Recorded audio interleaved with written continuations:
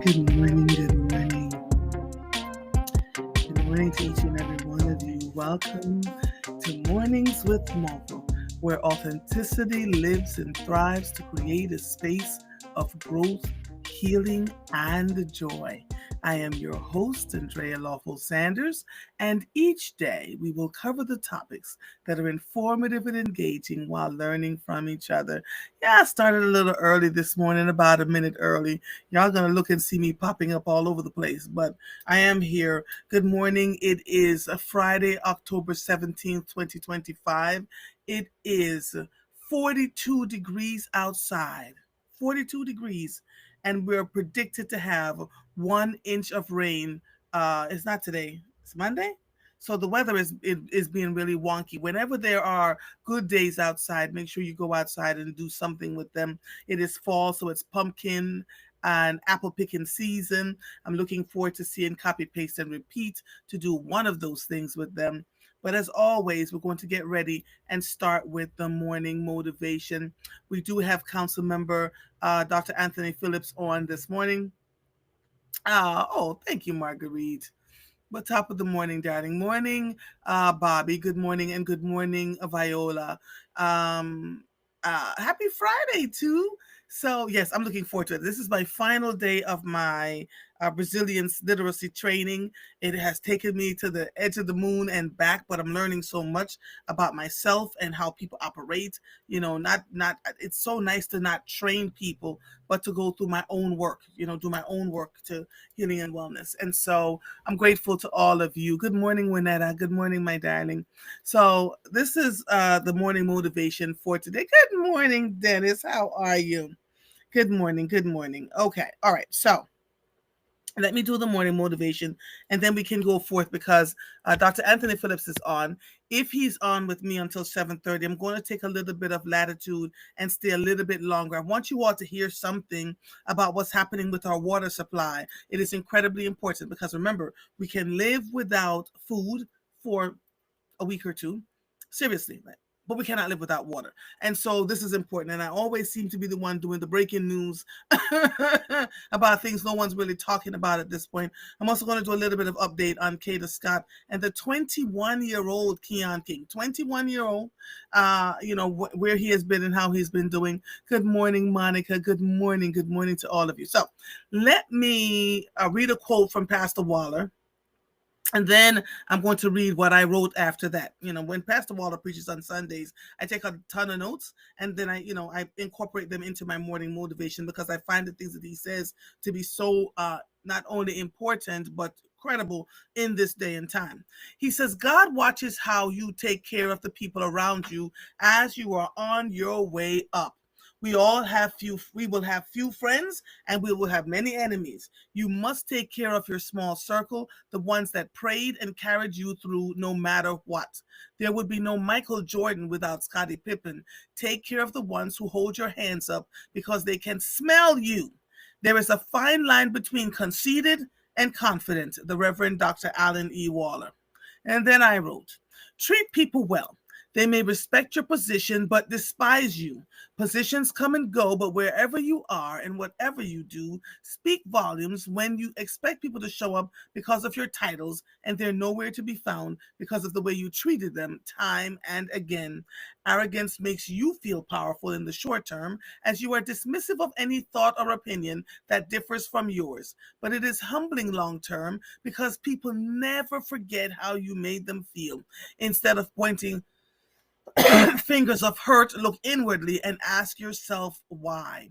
There are lessons within. Show me the people that you hold tightly to you, and we all see where your core values align. Are they kind, thoughtful, introspective, or are they harsh bullies who lead with arrogance and disdain? These are the thoughts in my head as I observe behaviors that heal versus those that harm. I chose that this morning because I went to an event last night, Graduate Philadelphia. They've been around for 20 years. They had a legal separation, and so they all started their own separate enclaves. And so Malik Brown, who is the CEO and president of Graduate Philadelphia, was a classmate of mine in the Centers for Progressive Political Leadership, where they took 60 leadership leaders from across the state. People had to apply, and out of that application, 60 people were chosen. And I'm looking at her face, Judge. Jesus, I just up to so myself and another judge, and why can't I? I'm looking dead at her face now, and I can't remember her name. Beautiful soul. We are two of the CPL folks that were there last night, and I was a part of the host committee. Now, Malik got up to give his speech as the executive director. It blew me away. His authenticity, he's very shy. To me, he presents as shy. And so I had made a comment as a part of the host committee, that he really needs to, as a CEO, get up and speak. He lauds everybody else, but, he doesn't, usually share his story. And he got up and he talked about, starting this thing from scratch and having to do all the work. And, then in 2020, and then in 2021, he got sick with COVID and damn near died, was in the hospital for 8 days. And the eighth day that he was coming out, he got a message that he got $1.2 million, which would then allow him to hire people and do what he was supposed to do. And he's fiscally responsible with the money. But his speech, he said, imagine yourself 20 years ago. And, he said, I thought I would be married. I'm now divorced. Like, he was so friggin' authentic. He was so authentic that when he stepped off the stage, I sent a donation to Graduate Philadelphia, right? And that is what I'm talking about, being yourself. You don't have to be anything other than who you are. People will meet you where you are if you are authentic. And at the same time, people came into the room. I was watching, I like to sit in the corner. Had on this beautiful dress that I had done 9 years ago. But I was sitting in the corner observing people. I love to do that, right? And I'm watching folks who, dancing around each other, and I see the eyes twisting to the left, and I'm saying to myself, folks are really, truly interesting. And if you don't show up in an authentic way, people are not going to like you. So brother got up to make a short speech, and two of my mentees texted me at the same time and said, fix your face. They said, fix your face, because that man had been, in the last year at least, been ripping apart and destroying lives with abandon, just with abandon. Right. And so I will not ever pretend when I'm sitting in a room with someone who I know is causing issues that, I mean, people are smiling. It's so nice to see you. I stayed way in the corner. I just sat in the corner. Not because I didn't want to engage. So the folks who I knew really well came and engaged with me, and that was fine. I had a good time. One sister walked over and she said, I don't know anybody in the room, but my spirit drew me right in front of you. And she stood and she said, if I had to call two people for help today, I can't find two. She said, everybody has abandoned me because I have chosen. She starts sharing, And I said, so I let her talk. And then I said, tell me why you made a beeline here. She said, my spirit told me. She said, spirit told me that you were the person I was to come in front of and talk to. And so we had a good conversation, right? And I'm going to stay in touch with her. But our energy speaks, y'all. Our energy tells the story.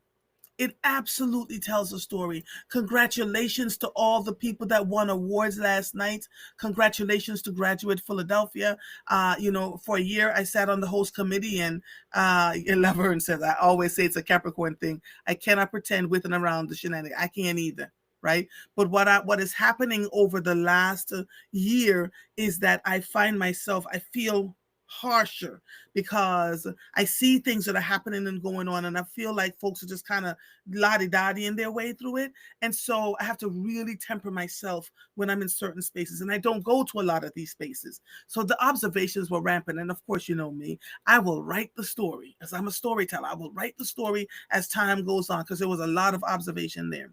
And then my youngest listener, who is, I think he's 6 now. His mama, Sena, is a beautiful, beautiful soul. We took a bunch of pictures so we can send to him and say, look, we're here, because he tells his mother periodically, I'm thinking about Miss Andrea. Can I send her a message? And she'll let him record his message, and he'll tell me a funny joke, or it's a little baby boy. He'll tell me a funny joke or something, and in the middle of my doing my work, I'll see a message pop up from his mother, and it's invariably a message from him, and I keep saying to her, make sure he continues to be in his natural, authentic space. Don't let anybody squeeze that out of him, because they will absolutely try. Beautiful little boy. Beautiful little boy. All right. So that was my morning motivation about, treating people well, whether they can do something for you or not. Just always being in a space. And if you're authentically rude and unkind, do that too, because people will see it. Right? If you're someone who you only do things for a certain period of time and then you disappear, people see that too. But you have to consistently be yourself. Be yourself. Check those core values and make sure that they're okay. I see y'all talking about my jewelry. Thank you. DC, Washington, DC, 2017.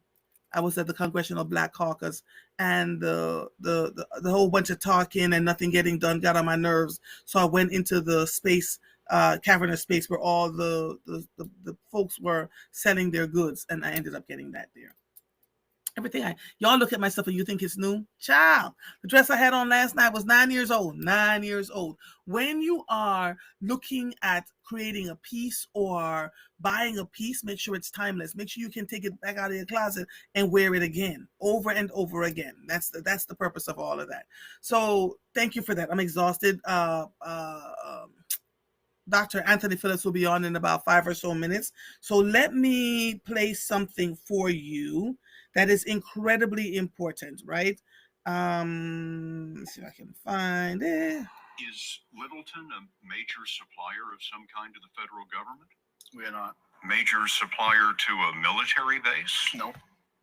Nick Lawler is general manager of the Littleton, Massachusetts Electric and Water Utility. His town has 10,000 residents. Can you think of any reason that China would target your little community? That's the exact question I had for the FBI when they visited me on that first day, and I still can't answer that question. No, I can't think of one reason. The FBI visited in November 2023 to tell Lawler that China had access to his utility's computer network. He says the feds told him he was one of 200. How much of all of this is controlled remotely by computer? All of it. In his water treatment plant, Lawler showed us tanks of dangerous chemicals that are precisely controlled to deliver clean water. If you had control of these tanks, you've got control of Littleton, Massachusetts. You can poison the water. You can poison the water. But China was caught before it had operational control. With Lawler's permission, the feds watched what China was doing, and what they learned was part of an awakening for American security. If you are willing to go after a small water provider in Littleton, Massachusetts, what other target is off the list? So from that perspective, this is a national threat. It's one that needs to be addressed, but it's also one that every American should understand. Because if they're willing to go after that small provider that doesn't have a national security connection, that means every target is on the list. So we have been talking, and I have a friend that works for a major electrical provider who has been warning me since 2018 that we are to that the security breaches are rampant, and that at any point they can come in as China or whoever else decides that this is what they want to do. War does not look like muskets and guns anymore. War looks like tainting your water system or cutting off your electrical supply, which then will cut off your gas pumps, which then will cut off the ATM machines and the banks, and it will cut off all the things, life as you know it. So we take for granted that these things are okay and that we're going to be fine. Here is a town called Littletown, Michigan, Massachusetts, where folks are 10,000 residents there. The FBI noticed that China was trying to get into and compromise their system.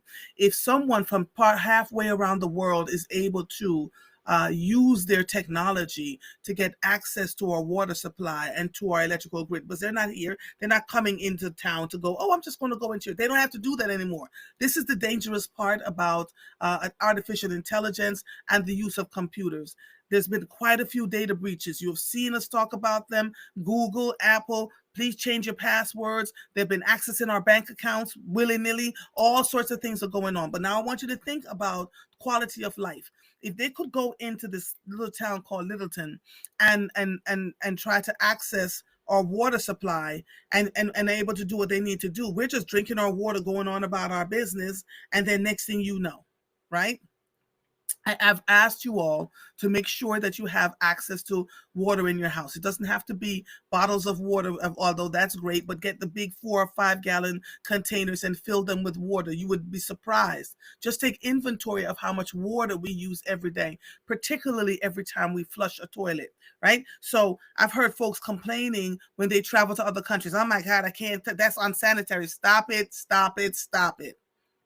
You go to other countries, water is in short supply in many places around the world. The very water that we take for granted right now, that we drink every day, we can buy bottled water. We can just go ahead and let the shower run for 10, 15 minutes before, all of that is coming to a head at some point. And so pay attention. Make sure you have gallon bottles of water so you can be okay should our water system be compromised. Something similar happened in Philadelphia either a year or two ago, and everybody was like, oh my God. Please be aware of all that is going on around you. Take the precautions and know that what may be drinkable today may not be drinkable tomorrow. You saw what happened in Michigan, where all the Black folks lived, where the water was so, what's the word I'm looking for? So compromised that people kept fighting. And I remember talking about it a year later, and some of that's old news. No, it's not. It took years. And people running for office and getting folks out of Ferguson, Missouri. It's not Michigan, Missouri, where the water supply was just so bad. So pay attention, y'all. Pay attention. Make sure you have your water tested. The little kits you can buy on wherever you can find it that doesn't cost you a whole lot of money. Test your water, because by the time they put it out in the news, it might be too late. And your skin is the largest organ that you have. So taking a shower in corrupted water is a problem, and we just don't even know it. I mean, let me let Dr. Anthony Phillips in. Good morning, sir. Oh my gosh, good morning. Listen, and I didn't have a choice. I'm so sleepy. I know you. Oh my goodness. I did not get home until 10 o'clock last night. This is why I don't do this stuff during the week. Right, yeah. Because you were on a committee. I was on the host committee, right? Absolutely. Oh my, I was like, how do you do it? I don't, tired. Which is why you don't see me in these places often. People are usually shocked to see me. But I had made the commitment months and months ago to be a part of this event because, again, it's around education. You will find me wherever it's about education and young people. Yes. So, yes, yeah. That makes sense. All right. So this is Dr. Anthony Phillips, who is a council member for the 9th District. If you don't live in Philadelphia, that means he covers certain neighborhoods. How many council people are there? 12? Yep, we about 12 neighborhoods. Yep. Okay. So he covers several districts. 17. There's 17 council members. I thought there was 17.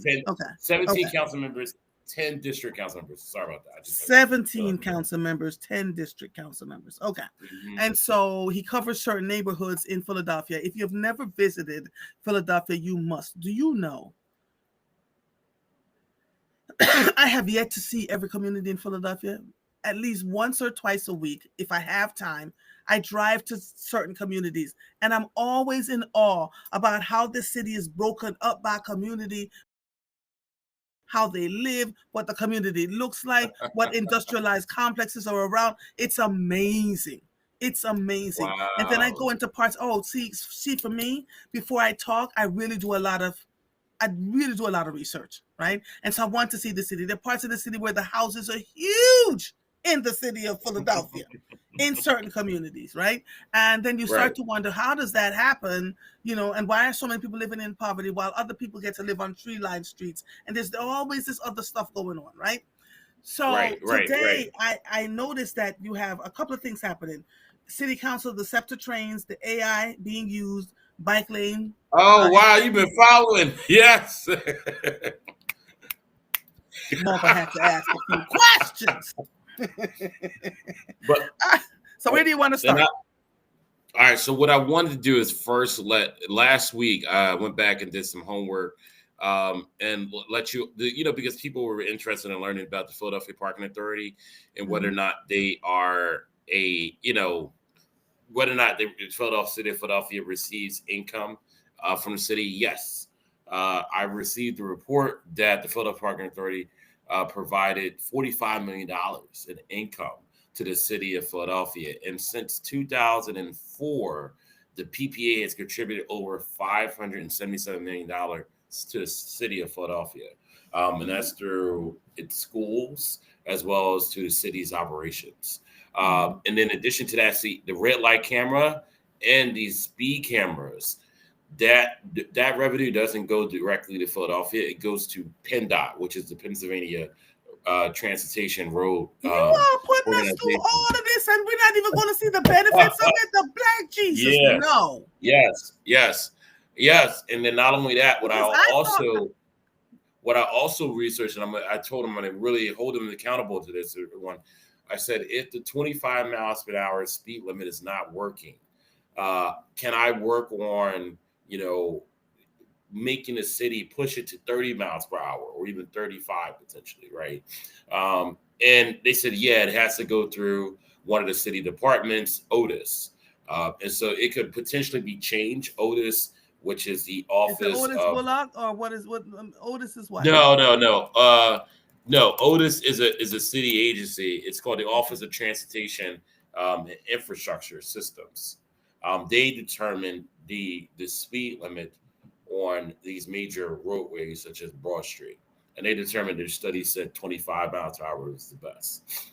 But there's room. What bothers me about that? You know what bothers me about that?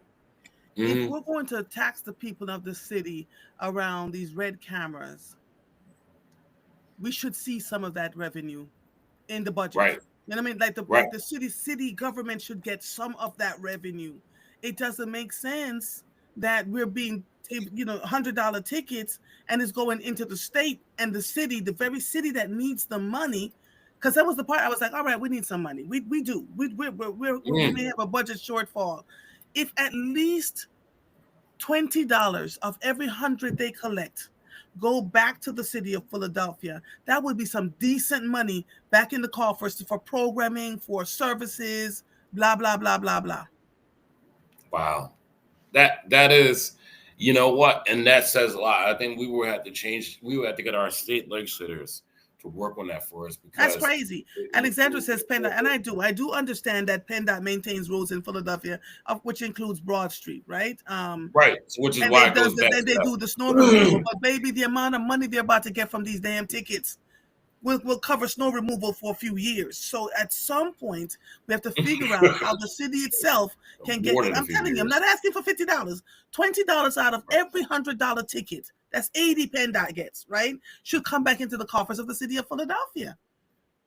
No, you make sense.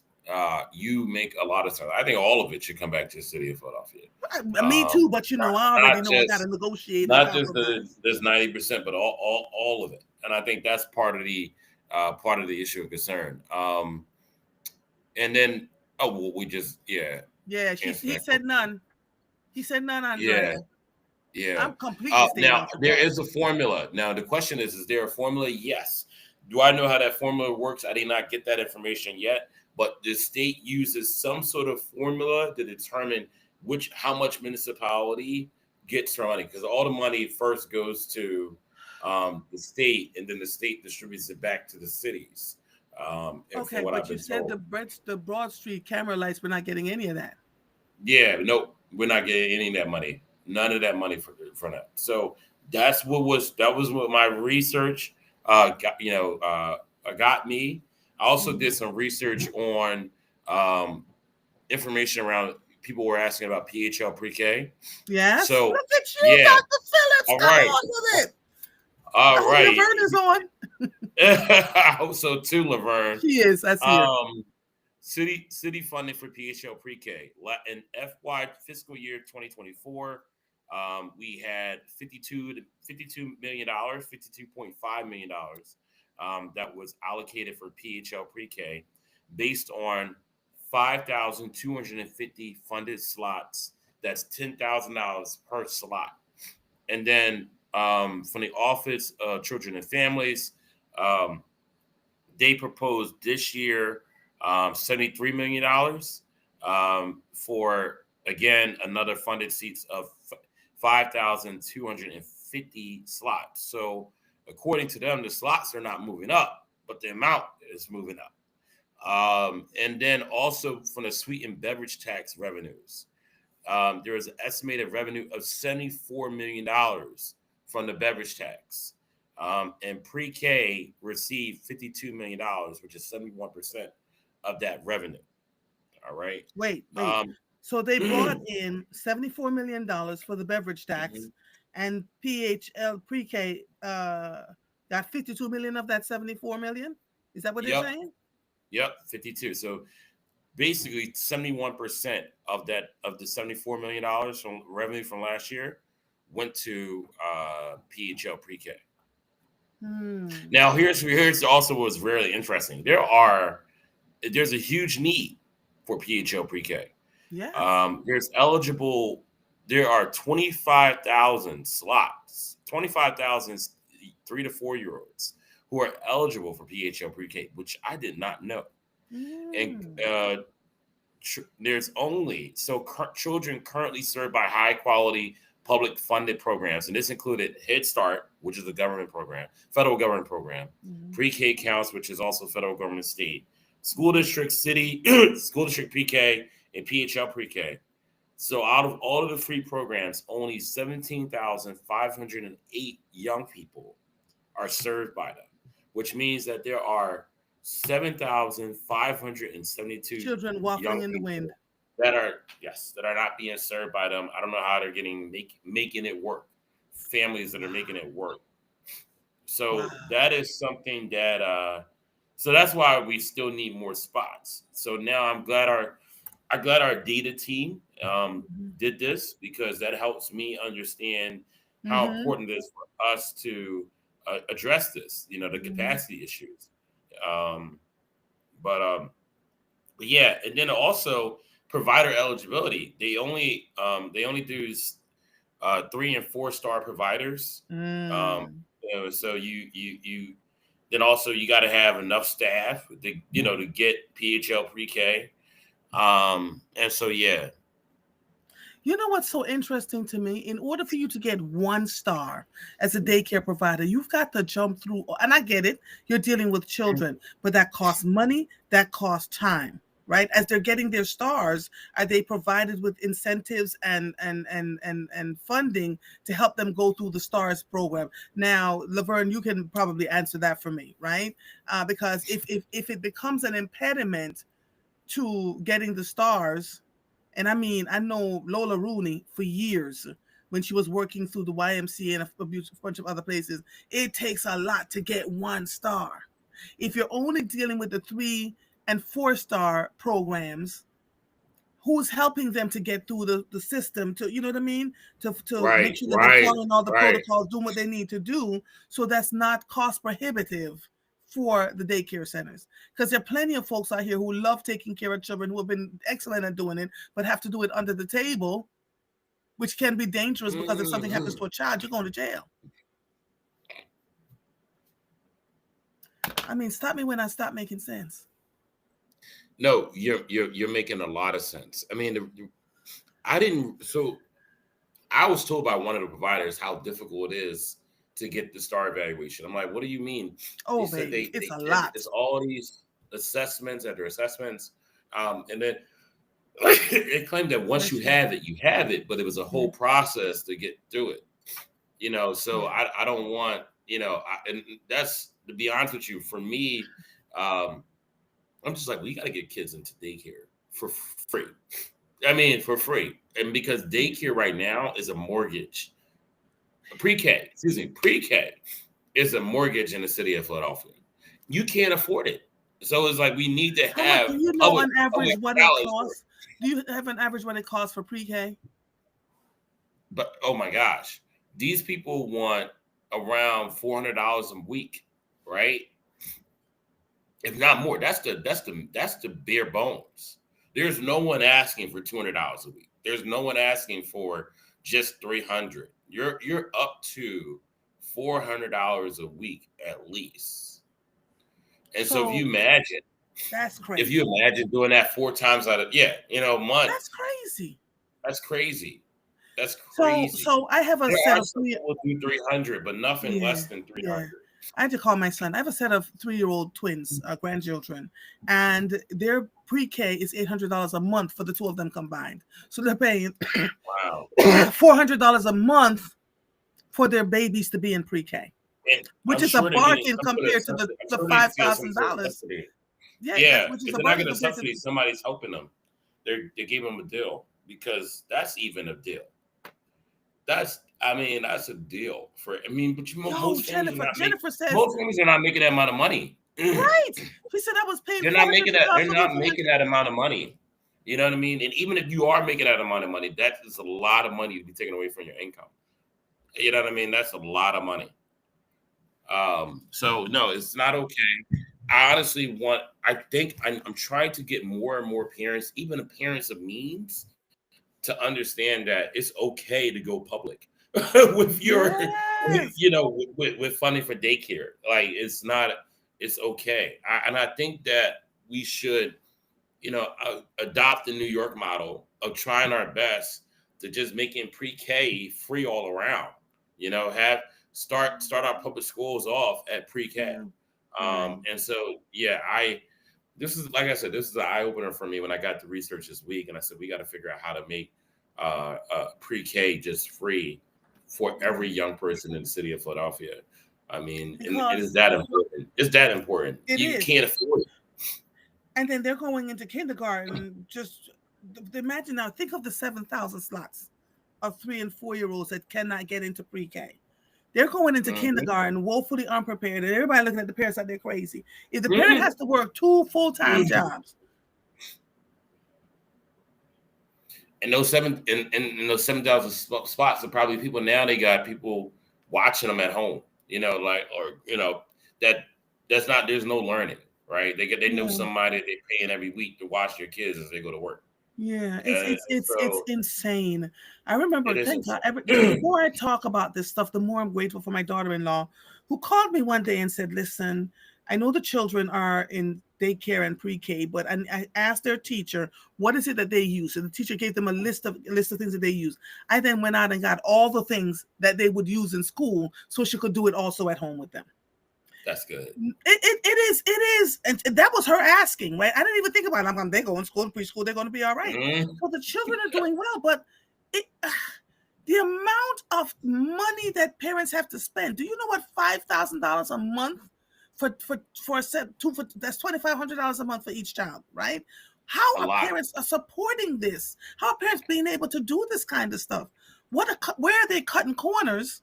Because if they have to work, they've got to put the babies in daycare. If their salaries don't support paying $5,000 a month for daycare, plus the mortgage, plus the thing, plus the...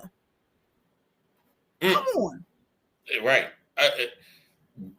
That's why it's mind-boggling. And that's so I'm with some of these advocates that are yelling at us every day saying, we got to find a way to pay the whole... This is going to be my champion. Like, this is going to be a champion for me, because I'm the chair of Children and Youth on council, and I'm dead serious about this. Like, we got to get this right.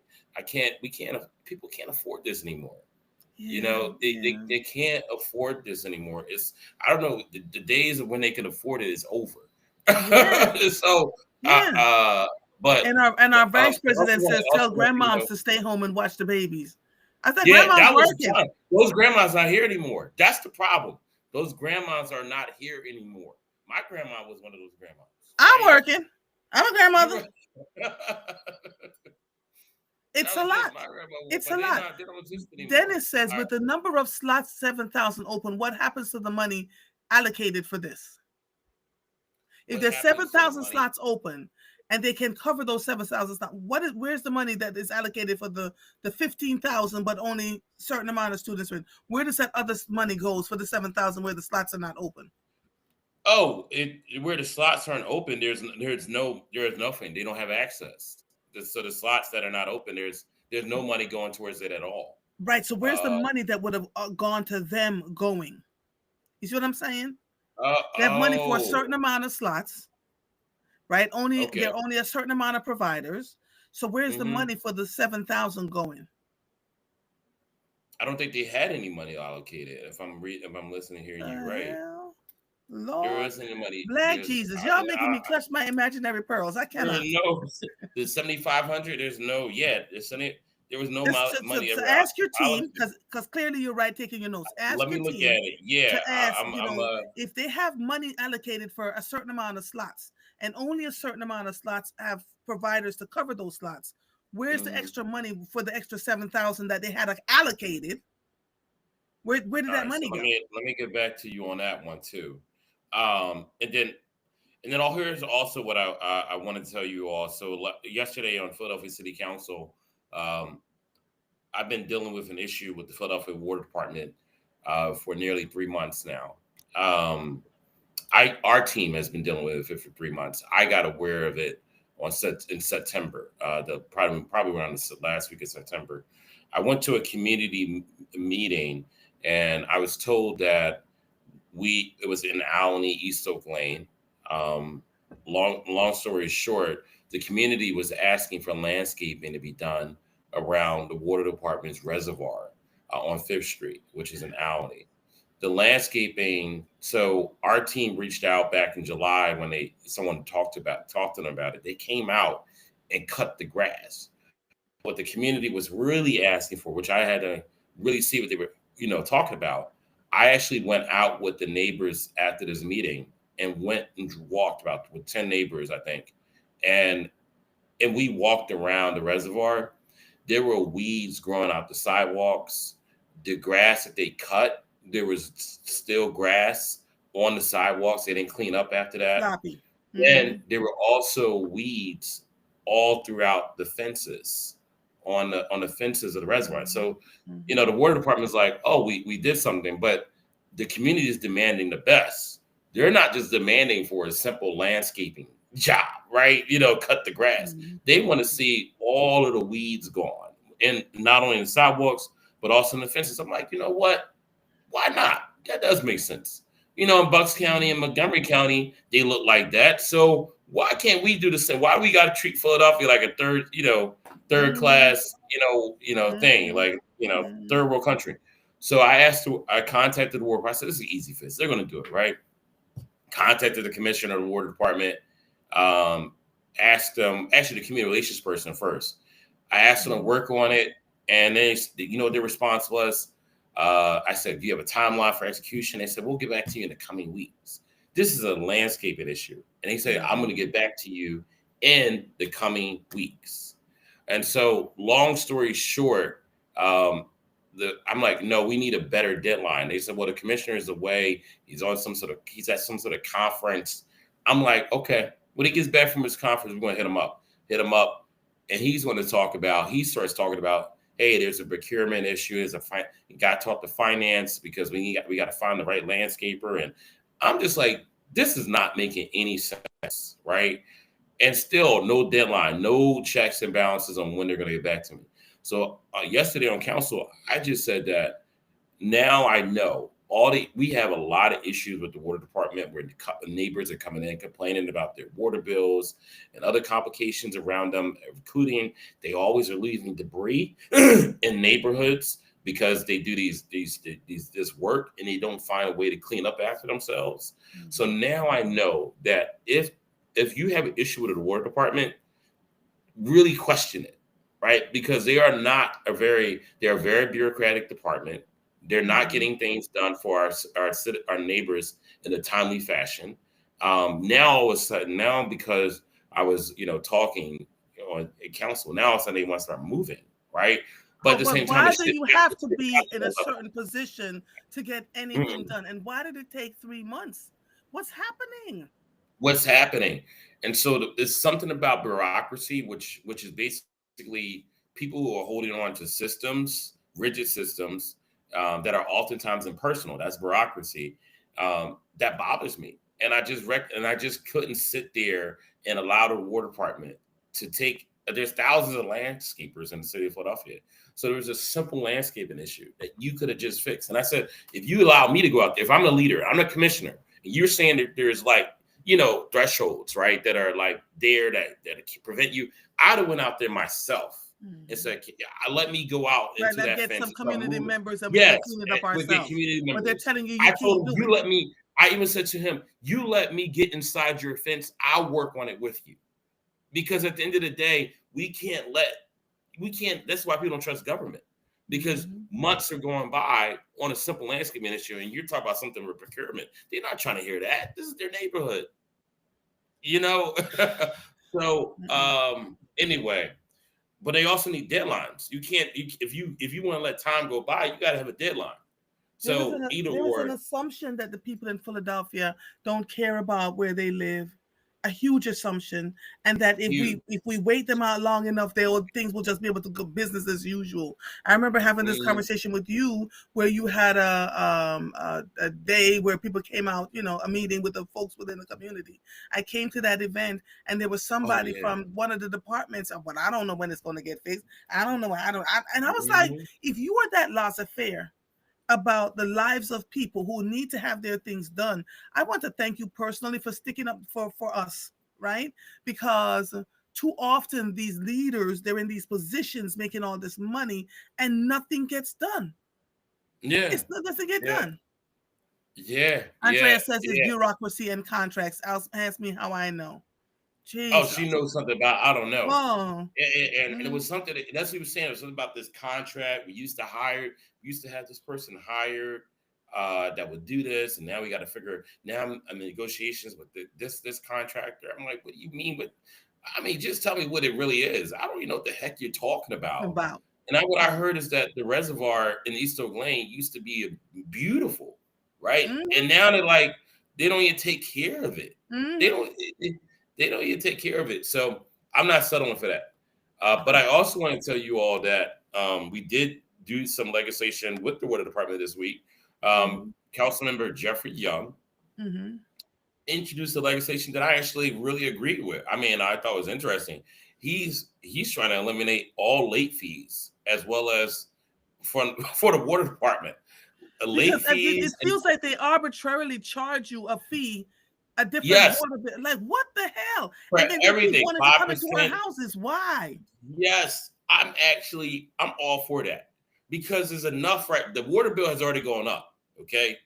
So now you got on top of that, people can't pay the water, have a hard time paying the water bill. And now you're charging them late fees. Listen to this. Listen, Andrea says, Councilman, I have some pictures I'll send you. The Philadelphia Water Department and the contractors they use are a menace. Wow. Yes. Send me the pictures. Anthony.Phillips at phila.gov. Anthony.Phillips at phila.gov. Absolutely. But I will tell you, so I'm building a case against them, because they are. Then once I said what I said, other council members were just like, Phillips, thank you, for finally saying it. I'm like, wait, y'all go through this too? Like, y'all go through this too? And like, we're all sitting here going through bureaucratic mess, and we finally something was said about it, and I'm like, so they also have these little greenhouse sewages that they do, and basically they're supposed to help, with the ozone and make it better. And they don't clean up with these greenhouses, like grass and the sidewalks. It's a whole bunch of stuff. It's a lot. But then they have a program for, where people put in $15 a month, and they're supposed to come out and make sure that, our sewer system is up. When you call them, they are terrible. They say they show up and they don't show up. What is happening to us? What is happening with them? And we've been tolerating it. I'm like, no, what do y'all need to do? Y'all not asking for help. So now we got to call you out, because you think we just put another year of failed product. Every year there's a year of failed product. But anyway, let me just go ahead and tell you about a few more things. So we introduced legislation around late fees. The other part is that Councilman Isaiah Thomas introduced legislation that was modeled after New York. It is basically to it's a legislation that's an effort to crack down on these like third party reservation systems. Mm-hmm. So a lot of time restaurants in Philadelphia have Yes. empty tables if the reservations don't resell.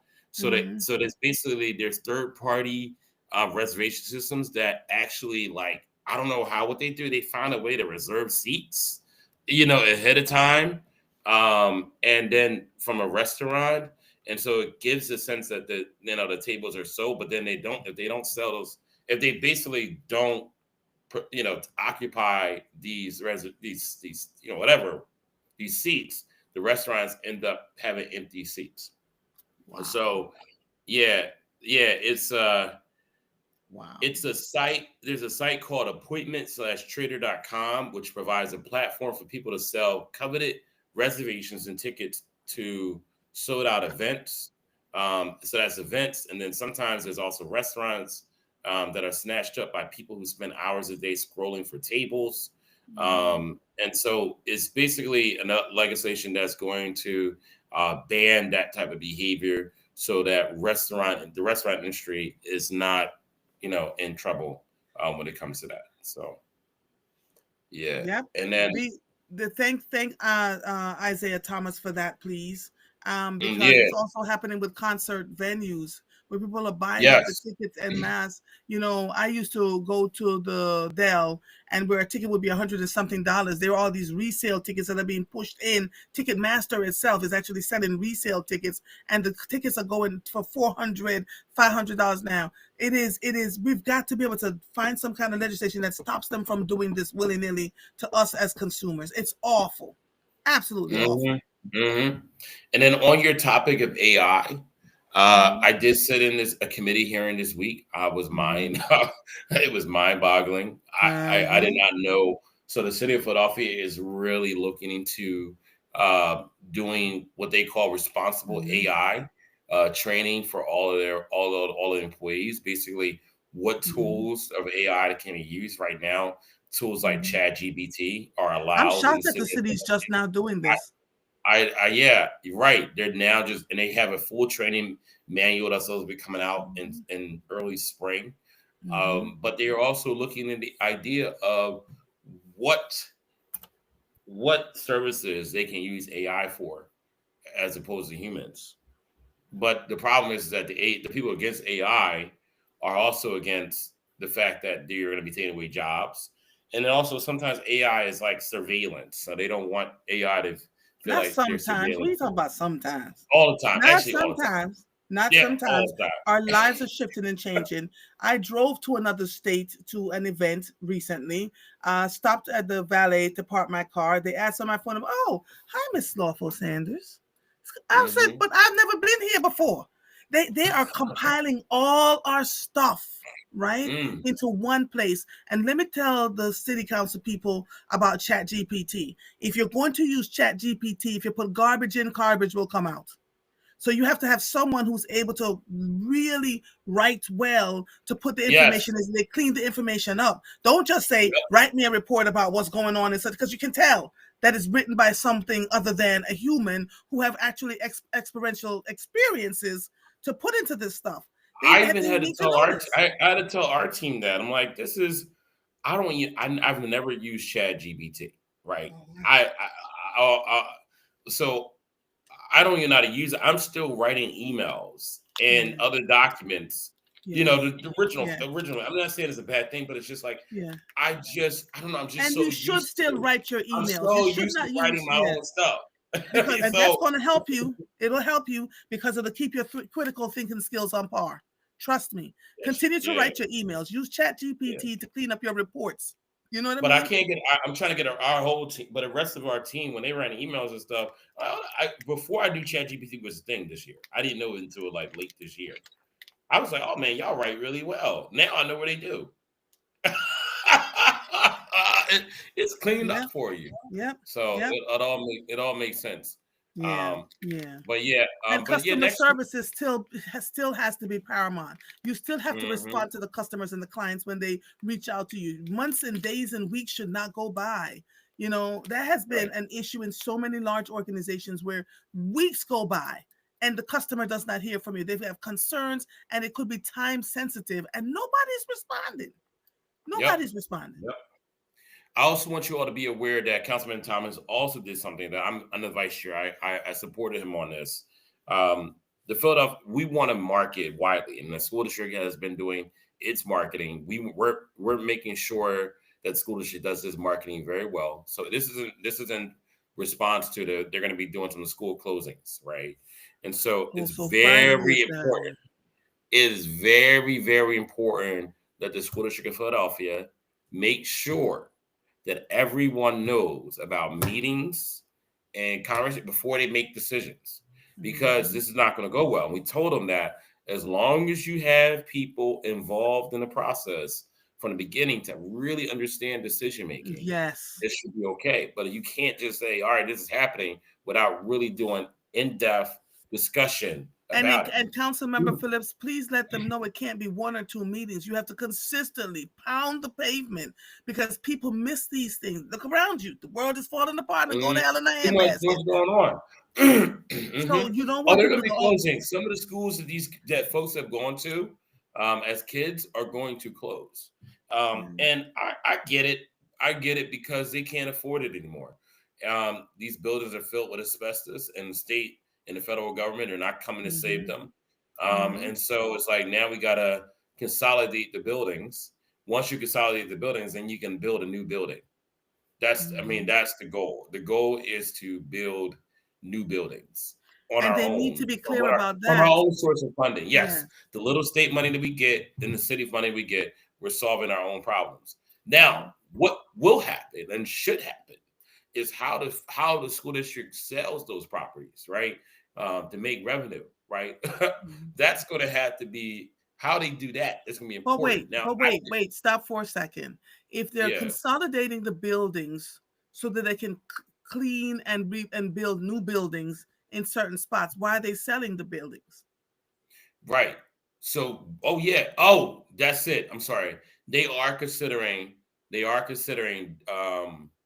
once they consolidate the buildings, using revenue that they were used for that old building to redo the current one of the buildings. Yes, that is. But then we have to hold them accountable to that, because 20 years will go by and we'll go, but what about you sold that building and that building to build a new building?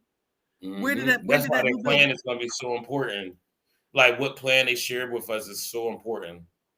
So the problem with operating like money is going to keep coming from 10, 15, 30 years ago, and not holding ourselves accountable for the mismanagement of things leads to this, right? So we have a new superintendent that he's not new now, but he's been around for a couple of years, who have now had to take on all the ish from all the years ago, but it's his responsibility because he's now the leader in charge. See what I mean? Right. When the ish rolls downhill, it always lands on the person who ain't nothing to do with it, but you have to be responsible for it. Exactly. Yep.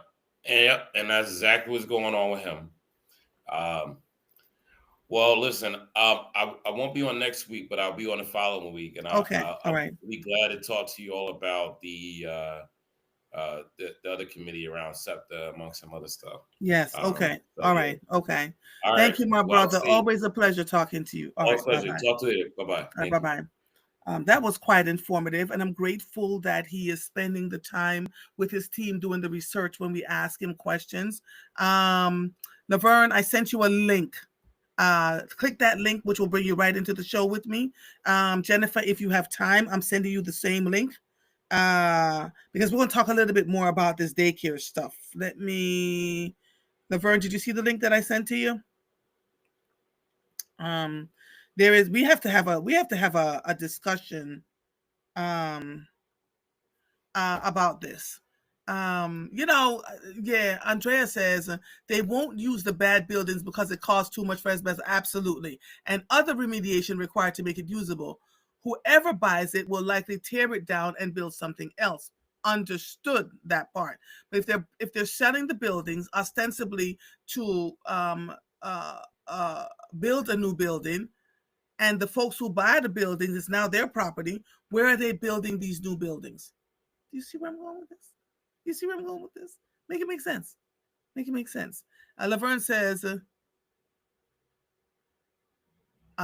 she said, I sent an email to Pastor Waller about a concern. He nor his staff responded. It's been over a month. I really have a problem. So Pastor Waller's email is answered by someone else on, and then who sends it to him so he can see. But I would follow up. I would absolutely follow up. Lord have mercy. I'm sorry, Alexandra. We're going to talk about the layoffs at Jefferson Health. We're going to talk about the layoffs at Jefferson Health. I'm now trying to invite you all into this show so we can talk about it. Alexandra, do you have time to talk to me about it this morning? I have a little bit of time today to have a larger conversation about certain topics that are happening with people. I'm looking to see if Laverne, this takes a while, if you have not been on this link before, to get in here. Well, let me see who's able to join me, because we're going to talk. We're going to have, I'm putting you now, the audience, into the conversation. Alexandra, look for this link. I'm sending it to you.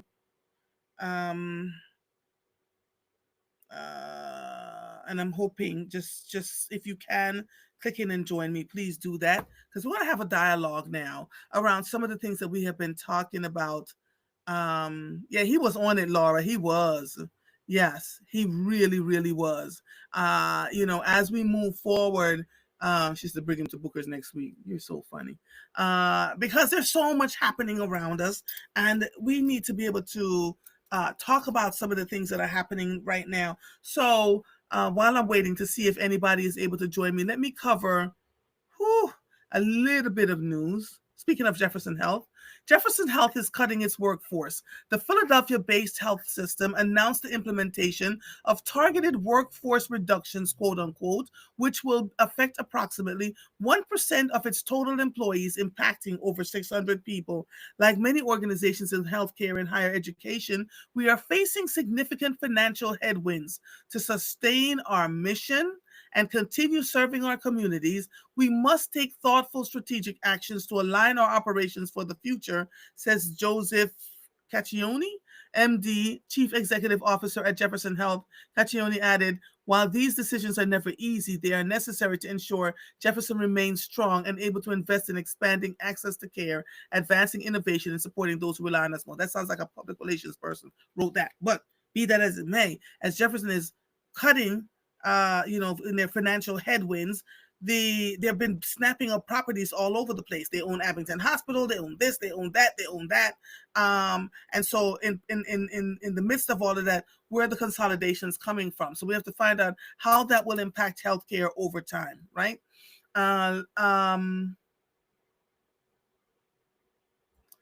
Whew.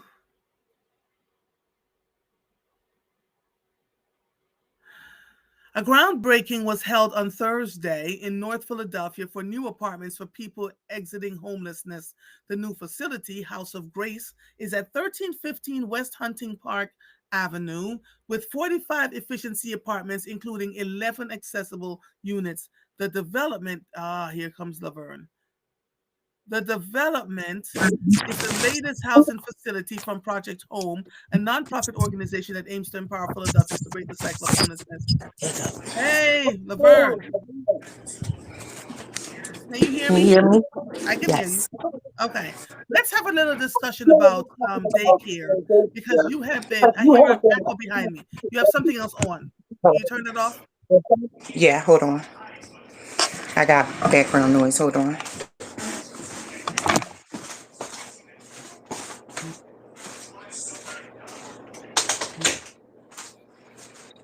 And so for those of you who, yes, I can hear you. I still hear an echo behind me though. Am I on somewhere else on some other thing in your house? On my earbuds. Let me turn it Take it off off for me, though. please. Yes. Okay. Okay. What you are now the first of what's going to probably be many people that I talk to that watch the show every day, right? Tell me a little bit about what is happening with daycare. I still hear the echo. I don't know. Do you have this program on anywhere else? No. Okay. I will figure it out. You have been talking about daycare. No, it's I still hear the echo is strong. All right, let me try it again. Hold on. I'm gonna come out and go back in. Okay. All right. While I wait for her, because I want you all to hear her, she has been for at least the last 6 years talking about PHL pre-K. Jennifer, I sent you a link to see if you can come in, and Alexandra, right? I'm going to pull you all in, and we're going to have the conversation. We've been talking to experts. We've been covering the news. Now I want to hear your your own account about what is going on. Is that better? Let me hear. Yep, that's better. I don't hear background noise. Okay. Talk to me a little bit about PHL Pre-K and the STARS program, and where do you think this money starts for the 15 whatever thousand and only X amount of daycare providers are available? Why is that a problem? So I think last year or the year before they gave slots to the school district. So now a lot of the schools have PHL pre-K. From K to whatever grade they go to, they're starting at PHL pre-K. And when that happened, it made it convenient for parents, which all of these programs and the subsidies and everything, they cater to the parents, not the providers.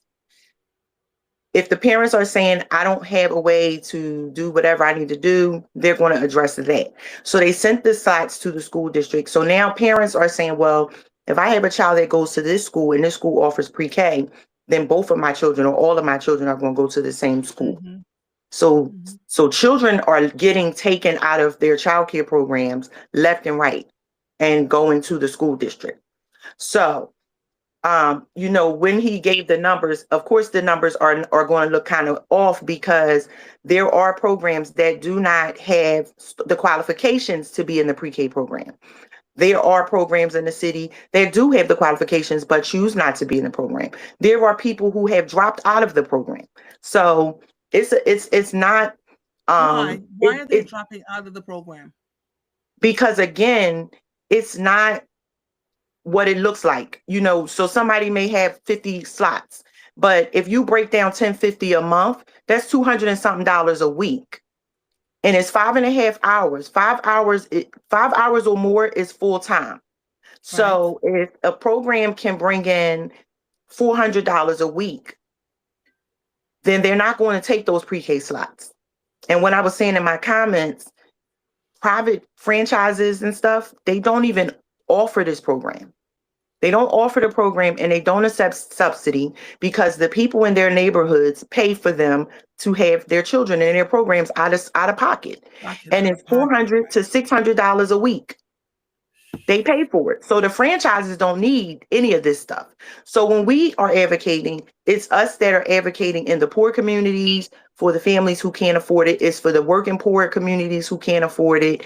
That's who we're at, what we advocate. Franchise and stuff don't come and advocate with us because they don't need to, because they're getting the money that they need.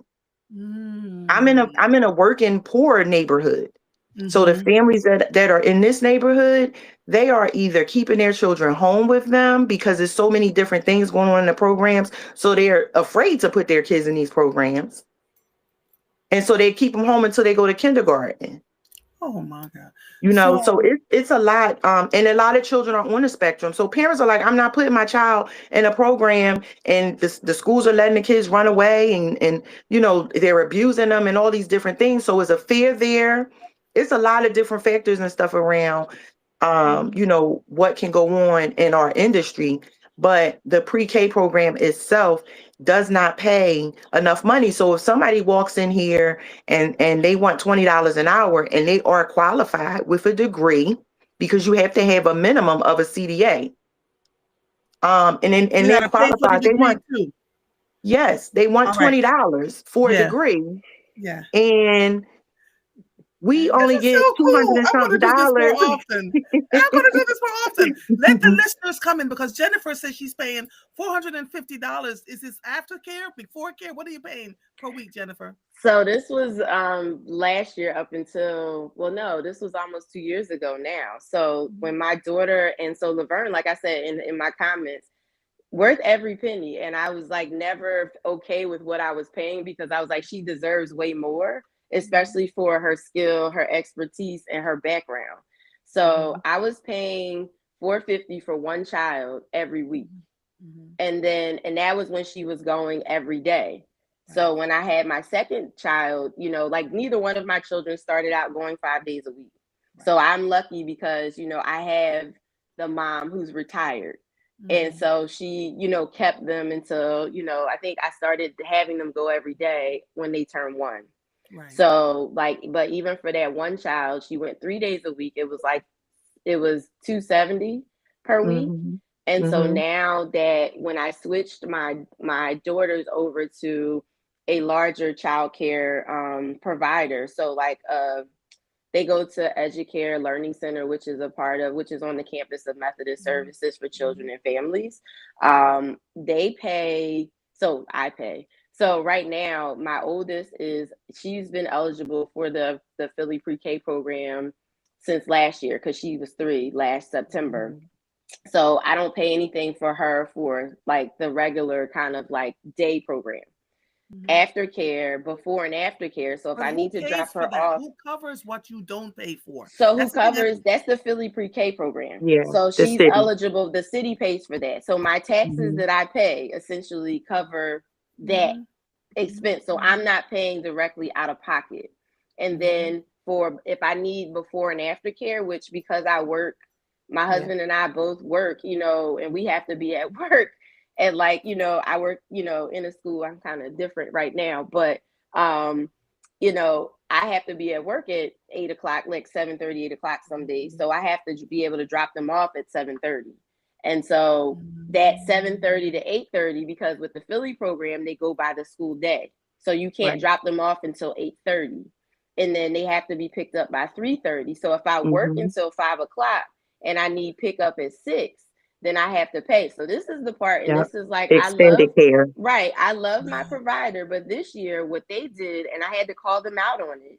You know, like this is when I had to become Dr. Jennifer Rivers, because you know me, Andrea, since I got that title. Yes. I don't put on in that way.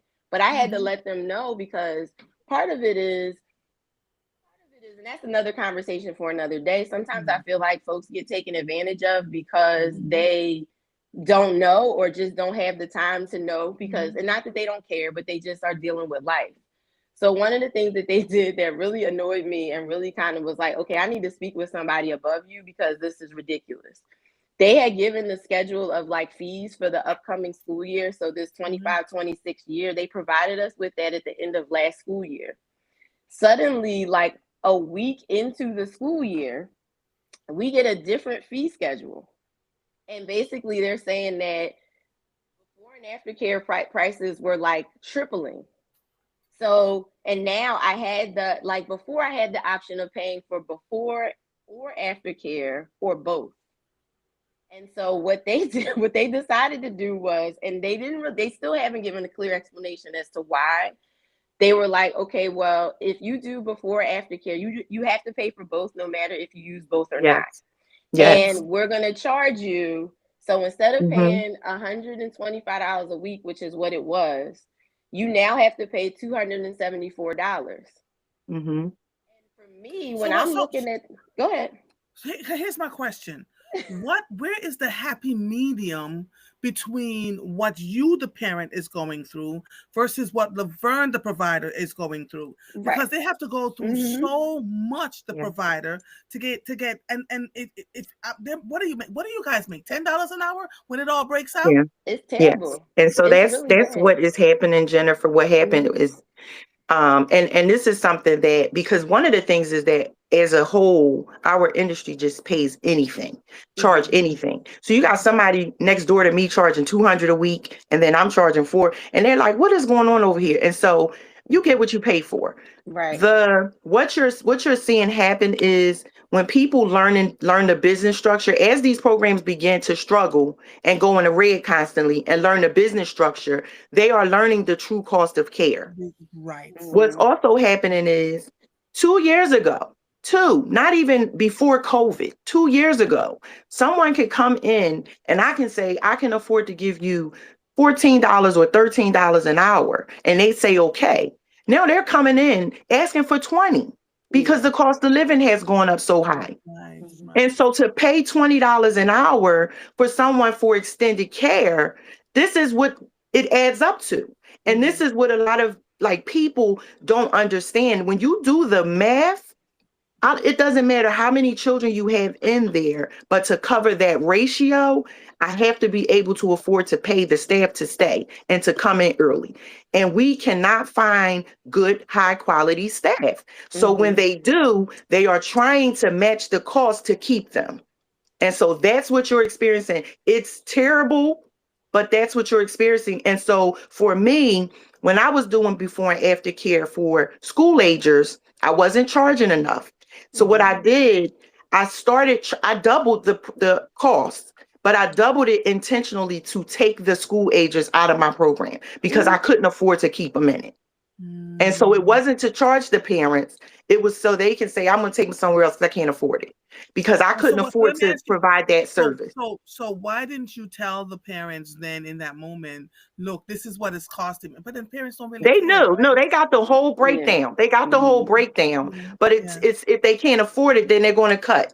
So that's what how that worked for me. So I do get extended care. And they pay for it the same way. But what I do is the same thing. I don't say if you come in the morning, you pay this much. If you come, it's one straight fee. I can't afford to break it down. If I charge a late fee for late pickups, it's $2 a minute. And then if they're late after 3 times, it goes up to 5. Right. And I always tell my parents, I'm not charging you to take your money. I don't want your money. I want you to just do what the policy says, and then we all agree. But I also break down the cost of childcare to my parents. When we have activities, I'll give you an example. I did an interview with someone who does extracurricular, and she comes out and she spends an hour with the children doing all these things. It's amazing, but it's $185 for that 1 hour. And so that comes out of our Either budget. you absorb the cost, or it Yes. has to. But And so if I do it for a week, if I do get her once every week, if I get her once a month, I have to take that cost. And with the pre-K program, we can't charge the parents. Yeah. We can't charge the parents for trips. We can't charge the parents for food. My food program quit. So right now, I don't have any reimbursement for the food. So when we're not transparent with the parents, the parents are adding up. They have 100 children in this program. They're bringing in $100,000. $100,000 is not covering the food. It costs $25 a day to feed 2 children. Yeah. So it's expensive. And if the providers aren't transparent with the budget breakdown, the parents are looking at us like they're just charging ridiculous prices, and we're not. But see, this is where, and I'm sorry to cut you off, Andrea. I think because I work in K-12, obviously my orientation to working like with little people is having my own children and understanding kind of just the structure, because as Laverne shared, like my home daycare provider, like I wish I could have kept my kids there, and I love her to pieces, right? Like she is amazing. She has done she is the type of teacher that I would want my children to have, through their educational journey, right? But it just became cost prohibitive for me and for my family, and then with our schedules too, because of the way that her schedule was. I needed sometimes beyond 5 o'clock to be able to pick my child up. But I guess for me, listening to Laverne share, and this is like great information again, because my thinking is K-12. I was just having a conversation yesterday, because I'm in the process of building a school, which maybe you all will learn about in a few. But essentially, there's so much money at the K-12 level in terms of like per child. And I just wonder if we could restructure that a bit for the early childhood piece, because it's kind of like, if I'm thinking about Title I funds, if I think about Title II funds, those funds that really cover kids that are, low income, or even like that have learning differences, right? there's so much money. So I just, I stopped. I'm not at a school. I was at an independent school that got all this money that they had a hard time spending. And I was trying to understand, like, well, why? But because of the bureaucratic tape, it wasn't because the school didn't want to spend the money. It was the paperwork.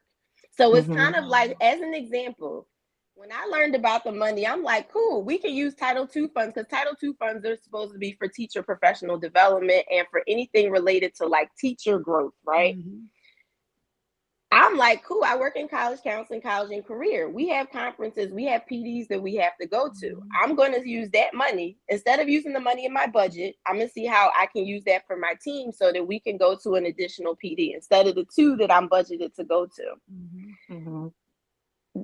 There were so many rules related to that. So you had to pay for it first. So first you had to pay up front.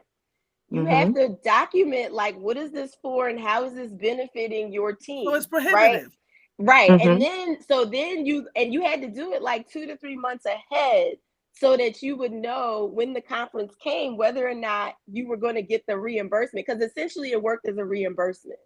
Yes. Right. And so I'm just like, well, it's worth it, but is it really worth it? And if I'm thinking about a small childcare provider, they don't have the structure to like support that. My provider, she's amazing, but because of like the cost and all the different things, she's like a sole entity. She didn't have employees.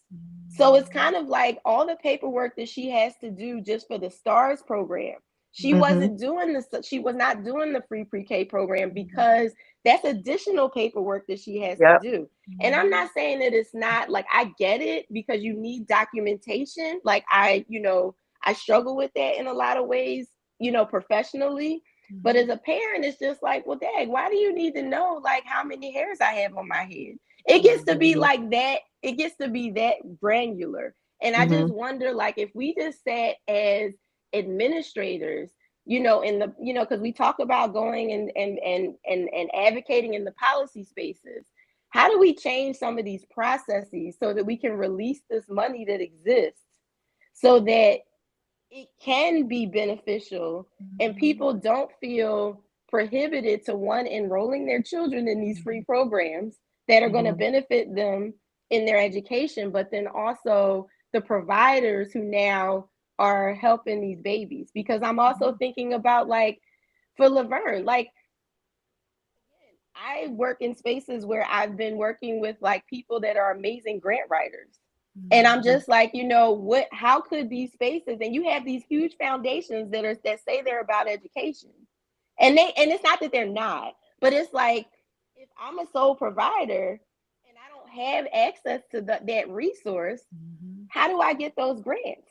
Or even how do I get, the big foundation to want to look at my one entity? Or how do we partner? Yes. How do we couple as small entities and split a grant? I don't know. Like, I'm just thinking creatively about how we can get this money, because oftentimes, like, if we say that this is like the pivotal moment in terms of our kids' education and getting them a strong foundation, this is where the investment really needs to be. It's in the PHL.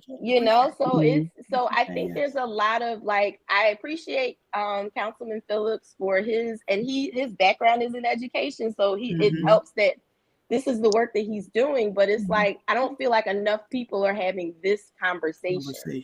Yeah. And we talk about it. We talk about it all the time. We do look for the resources and stuff. For me, I have my own set of goals. So like, I'm accredited, I am a woman business certified. And so I do all the things that will support me outside of the industry where I need the support.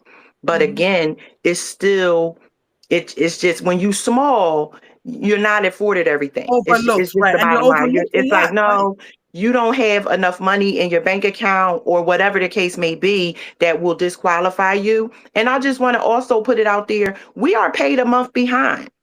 So we started September the 3rd. Well, I started September the 3rd. I have not been paid yet for this program. Okay. And there was a couple of years ago, we fought with them. We didn't get paid until December. And so I let them know, if I'm not paid by the 25th of October, I'm not opening until I get paid. So the children end up being impacted by things that we have to do because of how adults make decisions. They Right. seem to And be. they want you to do the work, but then it's Mhm. not important for you to be able to live, you Yeah. know. So imagine, we're not open in the summertime for the pre-K program. So we haven't been paid from the pre-K program since July. And so I have to figure out my funds and budget them properly and do all these things to make sure that I'm able to provide the food, provide the activities, provide the curriculum, and all the things that the children need. They So give that, us stuff. but how does that impact your daily life in terms of paying your regular bills Thank God I outside of have the a daycare? husband. Thank God I have a husband because that's how that's how. And I do fundraisers. If you see my posts and I'm asking for something for the babies, I do fundraisers. Thank you to Miss Cheryl Brown. Like, people donate and give us things. People come by and they give the kids water ices and ice cream Oh and wow. snacks and pumpkins and different things. So Yeah. I'm really big on fundraising because I let people know honestly. I'm very transparent. This is not what it looks like. I don't walk around with Birkin bags on and Gucci shoes, and I work very hard. So if I want to, I should be able to, but I don't. And I'm okay with that. But I do, we do what we do and we love what we do. And when you were saying the tier 1 and the tier 2, we don't get that. When a child comes in here with an IEP and has services and stuff, if we don't have Elwin come out like they're supposed to give the children what they need, we spend the day taking care of what they need. Right. We spend the day giving them those extra services and stuff that they need, and we don't get paid for that. Naturally, most of us aren't certified, but a lot of us are experienced to do it, and we do not get paid. We don't get paid what, I'm gonna just say your name, girl. Just saying it. We don't get paid what she get paid for services that the children need. Right. And so that's an issue. And when they had the meeting, the town hall meeting, and I think Mary Bethune, I went there and I told them, I said, listen, y'all gotta stop saying K to 12. Y'all have to remember it is pre-K to 12. It is not K to 12, because the children, they come in and they learn by play, but we have curriculum. We Right. create curriculum. We attach learning standards. We are able to explain to you how we are teaching the children social emotional skills that kindergarten does not teach them. Kindergarten Right. want them to know that when they get there. Get there. Right. Yeah, it's really like there's a huge disconnect. And I think Mm-hmm. obviously, like, working in education as long as I have, but having my own children, I kind of have it now, the bird's eye, like I can see it up close. Before it was a bird's eye view. And it's just like, this is lunacy. So half the stuff that we talk about with like high schoolers, this go back to when they were in, like, like, what Mm-hmm. did they get? 3 and 4 years, or 2, 3 and 4 years old. I would argue from in utero, but that's another Absolutely, it isn't conversation from for utero. another Mm-hmm. day. It is. Mm-hmm. So It is. Mm-hmm. So it's imagine in utero, a mother is stressed. Imagine her living conditions aren't always the best. And I'm not talking about living beneath the poverty line, because that's a part of it too. But you can literally be living in a mansion and stressed as hell because of the things that are going on around you with life. Now imagine that baby comes out, and remember, babies from birth to 5, which is why I so appreciate you, Laverne. Birth to 5 is when we have the most influence over our Mm-hmm. children. Everything Mm-hmm. else after that is, they're picking up depending on what you did from birth to 5. If we don't take care of the children, and parents have to work, right? Because mortgage has to be paid, car notes have to be paid, you got to pay for the education that you went and got, all of that. Why is it, where is the disconnect in our society and in government around daycare? Right? You want quality daycare. I know you got to go, Jennifer. You want quality daycare, but you don't want to pay for it. And you treat the daycare workers as if now they have to have a college degree to take care of the children, which is why Mm-hmm. there's so many undercover daycare centers. Yes. Yeah, there's not many people going to school for early childhood education anymore. They're just not. And so, and that's and I think I don't argue against the degrees, and I don't argue against that. I just argue against the money that is not coming into this industry to pay for the degrees. Right. You know, I don't think you should be working with, you can easily be like a nanny and a mama and do these things. But for structure, I don't have a problem with the degrees. If you're going to get some more education and training, get the degree. But when the funding is not coming in to complement that degree, then what's the point? And so a lot of people aren't going to school, because if you go into the school and say, what can I go to school for to make enough money to be able to survive? Early childhood education is not it. Yeah. And so they're not going to do it. But Okay, is it so So we different struggle way? there. We can't take, it's hard for us to take infants. A lot of people struggle with finding infant and toddler care. One of the reasons is it changes our ratio. So for me, I'm group. So infant to toddler, I'm 1 in 4. I can only have 3 other children with a toddler, right, infant. right. So But if that Yeah. an would mean infant I would requires need a care, staff yeah. person to provide the service. Then I would need another staff person to relieve that person. And so 3 people just to have 1 infant, I won't take infants because I can't afford that. Yeah. And so there's a lot of realistic things that a lot of that the community does not know, that factors in with how we run our businesses and our programs and stuff. And going underground and being undercover is not safe. Right. It's Because just not again, safe. right. But people do it, and they you see them on the news, Yeah. or it's just not, it's not a good idea. It's not best practices, as I'll say. Both of you, thank you so much. So here's what we're going to do. You all just started the thing. There'll be a Marvel, and Andrea, you can take credit for this. There'll be a Marvel after party on Tuesdays, Thursdays, and Fridays. So after the show should officially end, I'm going to invite folks who are listening every day. You have to be someone who is listening all the time. I will invite you if you have a topic that comes up. Laverne, you became the first one because, baby, you have been in my ear for years about this. You've gone up to Harrisburg. You have done. You're not just sitting here talking. And Jennifer, I've been having conversations with you about the cost of daycare, and now we could blend the two so you could understand each other, right? About where this is coming from, But I think it too, it's like there needs to be some sort of clarion call in the philanthropic community, because and I feel like, again, I've been very blessed to work in like some very resourced schools, and they're not private. They're not, all of them are not private schools. The difference is the foundations that are connected. And I feel like, there's several kind of conversations that can happen, but I feel like almost because how do I put this? There's a different level of I don't even want to say urgency, but there's a different level of access that some communities have that others don't. True. And I mean, I think that we sometimes, particularly as Black folks, are very insular. It's not so much that we're not willing, but I don't know, especially those of us that have an education, I don't know that we always understand how to leverage the social capital that we do have yes, to get into rooms to have these conversations. Because you have people that have money that want to give money, but they need to tell you, they need you to tell them how to give it, how to spend it.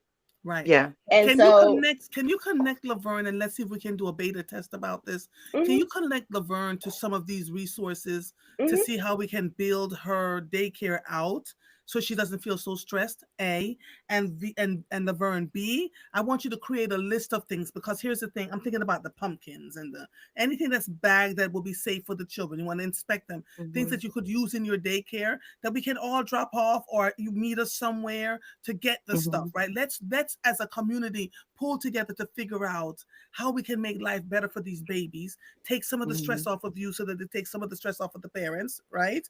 Put out you could ask, I need somebody to pay for Elwin to come in once a week. There are folks who are able, she's right, there are resources out here. Come into Elwin, Elwin will cover that cost. They'll cover that cost for Elwin. You don't have to worry. You send them the receipt about how Elwin got paid. You understand what I'm saying? And this is the life that we have to live now. The Right. time is now, because all this federal funding and grants, that issue's washing away faster than you can say amen. But if Right. if you have 1,000 people on your friends list and 20 people show up to say, we're going to donate this and we're going to donate that, or we'll send you the money to go buy, we'll cash app you or pay. And it's sad that we have to be there, but in our helping you, we're going to help the parents Yes. that are coming to your Yeah. daycare. Jennifer, I know you got it. Thank you, my darling. No, I'm gonna say this really quickly. So I think there's also power in these providers joining together Absolutely. to provide resources. When you said pumpkins, Andrea, where my kids are, their campus has a farm. Every Wednesday, parents have access to all the things that they grow on that farm. So as a parent, I can go and get fresh tomatoes, spinach, lettuce, what else? Squash. You know, like they have all these eggplant. They have all these things. The kids pick pumpkins in October, right? So it's kind of like, why can't you? And I'm sure it would be free. You just have to figure out how to get the kids there. But why can't the kids go and they learn lessons on the farm? Right. So it's like, why couldn't you bring your kids there? Right. Do something Yeah. cooperative, right? Yeah. I know, right? Look. The babies are yes. Hi. Hi, cutie pie. Oh. Here's the other thing. I'm going apple picking with my grandchildren. Text me how many apples you could use for your daycare for the next week, right? And I'll Okay. make sure that I pick apples. And if they have pumpkins, So I'll we bring actually pumpkins. going on the 24th, I believe. We're going to Linvilla. We're going on a trip, and this is a trip that the parents actually go on with us also. Oh. So yeah, we work it out. We did a readathon fundraiser. Yes.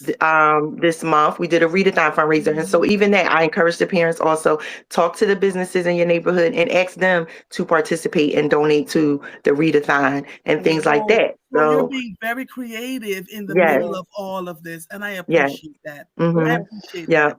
History will remember you kindly, my sister, because you have not stopped advocating for the children. And to your beautiful babies, Jennifer, thank you, honey. They just got up. Thank you, Jennifer. Oh, all right. Bye, darling. Love y'all. Bye. Thank you so Bye. much. Thank you for joining me on short notice. Bye-bye. All right. Bye-bye, darling. Bye-bye. This was great. So it's now 8:00. I realize that I can do another half an hour. I can't do it Mondays and Wednesdays, but on Tuesdays, Thursdays, and Fridays, we can do the after party. After the party is the after party. Andrea Robin Bailey, all of you, just thank you so much. If there's something pressing on your souls, Dennis, if you want to come and talk about what you do, Andrea, if you want to come and talk about what you see going on in the city, Marguerite, all of you, you get to choose. Viola, right? Winetta says, how can we sponsor children? I would suggest that you go on social media, find Laverne on there, and figure out how we can help. Because again, there are always some people who make assumptions that everybody is falling apart. If you look, I stopped getting my nails done so I can help somebody else do something else. You know what I mean? So let's figure out how we can help one another. This is community work. You've got to find your tribe. You got to find your tribe, right? So let's figure out how we can do this. Thank you all so much for sticking with me. Yeah, you can hear I'm coughing for another half an hour after the show ended. I so appreciate you, all of you. All of you. This episode of Mornings with Mova is officially over. I am Andrea Lawful Sanders. I'll see you when I see you. Bye, everybody. Bye-bye.